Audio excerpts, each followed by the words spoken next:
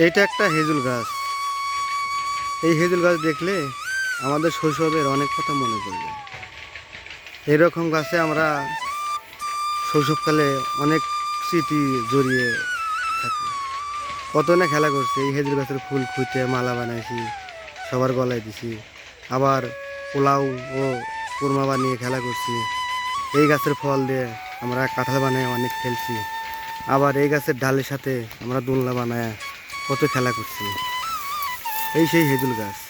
এসব গাছ এখন সচরাচর দেখা যায় না। এসব গাছ মূলত হয় চকের মধ্যে ফাঁকা জায়গায়।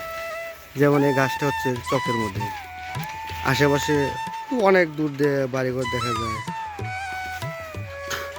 চারিদিকে ধান, সাইডে পাগার, ওই পাশে কিছু বাড়ি আছে।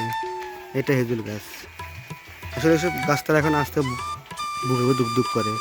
অথচ আমার শিশুকালে আমরা এসব ডালে ডালে ডালে উঠে শুয়ে থাকতাম, বসে থাকতাম, কোনো ভয় ছিল না। এখন বড় হয়েছে, এখন ভয় লাগে, কারণ হেজুল গাছে সবাই বলে যে ভূত থাকে। হ্যাঁ, এসব গাছ দেখলে মনের সেই ছোটোবেলার দিনগুলো অনেক মিস করি। আজকে অনেক হঠাৎ করে গাছটা দেখলাম, তাই ভাবলাম একটু ভিডিও করি। গাছে এইমাত্র ফুল আসে, অবশ্য ঝরে পড়ে গেছে।